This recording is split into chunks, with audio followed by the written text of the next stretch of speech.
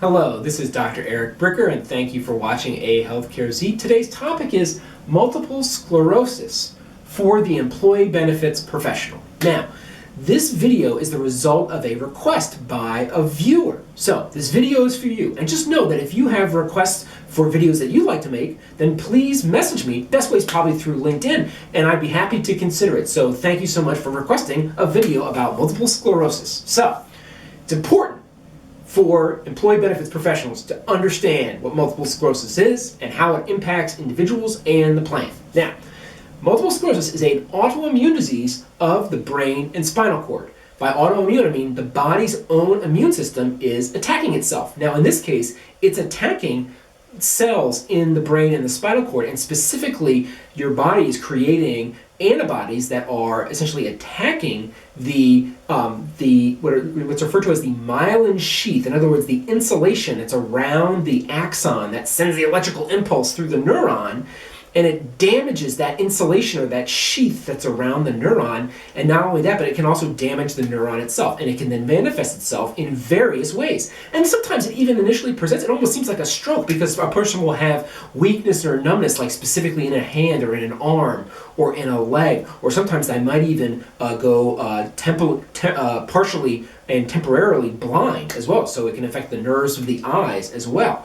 Now, it oftentimes will manifest itself in sort of what's referred to as a relapsing and remitting manner. So people will have sort of this flare where they'll have these symptoms, and then it'll have to be treated and it'll quiet down. And then they'll flare again, and then it'll quiet back down. And the time between those flares could be weeks or months or years. It's highly variable. So like I said, it can manifest itself as weakness. People are unable to walk unassisted or unable to use one of their arms. It results in muscle spasticity. If you don't have the right neurological connection to your muscles tend to spasm, which is fairly common for people with MS when they're having a flare. It can, obviously your nerves go into your bladder to help you urinate, so that people have problems with urinary retention and incontinence as well, and then again the visual problems too. Now, there are about 914,000 people in America living with multiple sclerosis today. Now, it typically manifests itself, it first appears when people are between the ages of 20 and 40. Now, it can be earlier and it can be later, but in general, the most common flare or initial presentation of multiple sclerosis is when a person is in their 20s to 40s. And I actually did quite a few neurology rotations when I was at Hopkins in my residency, and I would see quite a few inpatients for multiple sclerosis. And then when I was practicing in a community hospital, I actually had a handful of people that came in with their initial diagnosis or with a flare of multiple sclerosis as well. I remember one particular gentleman, he was like 19. And he was sort of, your classic presentation where he had a weakness in one of his hands, just out of nowhere. Perfectly healthy 19-year-old young man, and then out of nowhere, he could like barely use one of his hands and one of his arms. Now, that means that, so to run the numbers on this, there are 258 million adults in the United States, which if you divide the 914,000 people living with MS by the 258 million adults in the United States, that means that there are 0.35% of the US population living with MS. And then if you want to do that in terms of a ratio, that's 1 in every 286 adults. So if you apply that to like a plan with 1,000 members, let's say it's 500 employees and 1,000 lives on it, then that means that you're going to have about 3 plan members. Now, of course, it varies. You could easily have a plan with 1,000 people with 0 people with MS, or 1 or 5. Like, it's going to vary. However, it's 1 in every 286, which for 1,000 people would mean about 3 people in that population of 1,000 are going to have MS. Now, the initial presentation or the flare when you're hospitalized, oftentimes it's treated with IV steroids, because not like steroids like weightlifters, right? But these are corticosteroids that decrease inflammation, because what you're essentially doing is you're trying to turn down or shut down the immune system, which is kind of ramped up and attacking your own nerve cells. Or something that's more sophisticated that's referred to as plasmapheresis, where literally it almost looks like dialysis, where they hook you up to a big IV and they take your blood out of you and it goes into a big machine and it literally removes removes the person's own plasma and it replaces it with albumin, which is essentially very similar to plasma, and then it goes back into your body. So it's like this big loop through a machine, and that's done because it's the plasma that actually contains the antibodies. So when you do the plasmapheresis, you're essentially exchanging the plasma that has the antibodies that are attacking your nervous system with the albumin, which does not have the antibodies that, therefore the idea is that it would attack your immune system less. Okay? Now, if these are inpatient hospital stays. I've seen in the inpatient hospital stays where they're getting IV steroids, it's very high concentrations of steroids, and it might be a handful of days and the person starts to get better and then they're discharged. So that might be, and this is an in-network allowed amount for commercial insurance, that might be as little as maybe like $10,000. Whereas for people, believe me, I have seen people in the hospital for weeks, even more than a month or months, with a flare of their MS, plasmapheresis, just really resistant to any sort of therapy. They continue to have, bad symptoms or worsening symptoms. Plasmapheresis is very expensive, so you can easily have hospital stays for greater than $100,000 for somebody with a flare with MS as well. Now, there's also medications. Fortunately, they've developed a lot more new medications to try to prevent these relapses from occurring that you take in the outpatient setting. Some are through an IV, so you have to get an outpatient IV infusion. Some are injections where you can inject yourself, and then some are actually pills. And so some of the more common pills that I've seen that people with MS take are Gilenya and Tecfidera. So Gilenya, it's brand only. There is no generic Gilenya.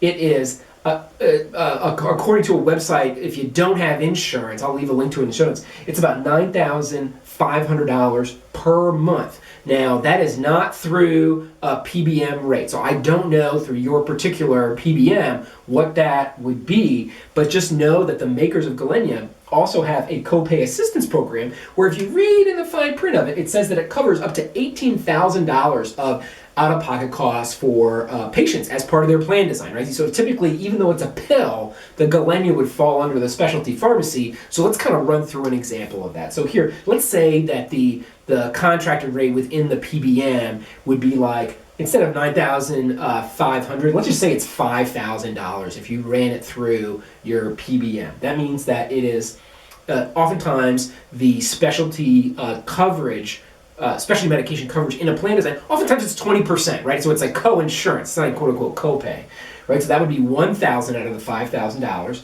and that's just for a 1 month supply. So you're going to pay $1,000 a month, like 12 months, so that would mean you'd be paying $12,000. Now, with that assistance program, because it covers up to $18,000, then that $12,000 would be available for assistance from the copay assistance program. However, the plan itself was still paying for $4,000 out of the $5,000. So the plan itself is going to be paying $48,000 a year for the Gilenya pills. Now, and then if you work that out off the $9,500, it's about $300 a pill. And then here you're talking like $160, $170, $170 a pill. Next up is the Tecfidera, which actually does have a generic equivalent now that has come out. It's a dimethyl fumarate, and it's $640 a month. So that is about one-eighth the cost of the Gilenya. So just know that means it's obviously still very expensive, but it's a lot less than what the Gilenya would be for the Tecfidera. So just know that the medication costs associated with MS, they're high. Now, people with MS it's very common for them to be on a lot of medications and actually need a lot of services in addition to seeing a neurologist. And that would be like one, physical therapy. Again, because it causes the weakness and the spasticity, it's very common for people with MS to actually need physical therapy as well. And it might be more than those sort of 16 visits that are typically covered. So just know that if you've got a plan member with MS and your plan is like, hey, you only get 16 visits with a physical therapist, then just know that it's highly likely that you'll have plan members that will need more than 16 visits over the course of a 12-month period of time for physical therapy. Likewise, they're oftentimes on medications for bladder incontinence and urinary retention problems. It's very common. I would say that almost, with the exception of that 19-year-old gentleman who had just been diagnosed with MS, like literally every other patient that I saw that had MS also had concomitant depression. So it's very common for people to also require antidepressants as well, which is also super hard because then in terms of them being able to manage their medications and actually have their follow-up appointments and being able to function, if you're depressed, it's just hard to do all that stuff. So just know that treating the underlying depression that's associated with MS is super important. It oftentimes is associated with pain, so a lot of these people are on pain medications as well. A lot of times these people had severe fatigue. Again, it would kind of come and go, but fatigue was always a major issue for one of the patients that I saw with MS.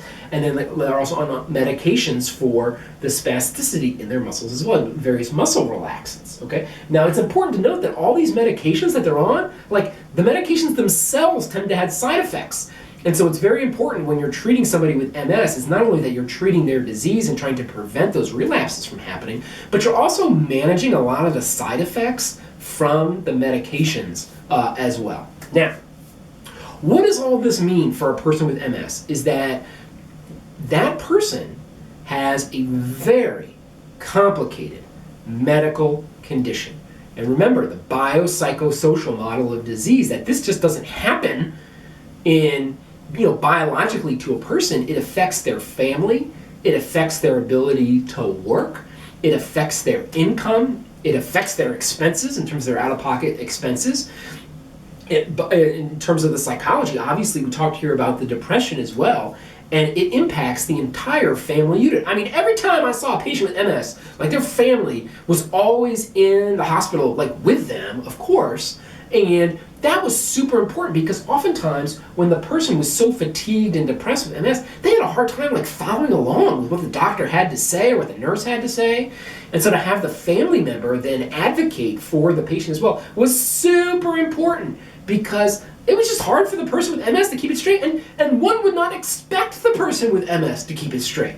So the support and the expertise of whether it be case management nurses or the multidisciplinary team in the neurologist's office, super important. If you're a plan administrator and you need to know if you have people on your plan with MS or not. So when you're doing analytics, you need to be like, look, we need to look for those ICD-10 codes for MS, and we need to figure out if we need plan members with MS. And if we do, then we better have some sort of case manager, nurse support, advocacy, healthcare navigation, what have you.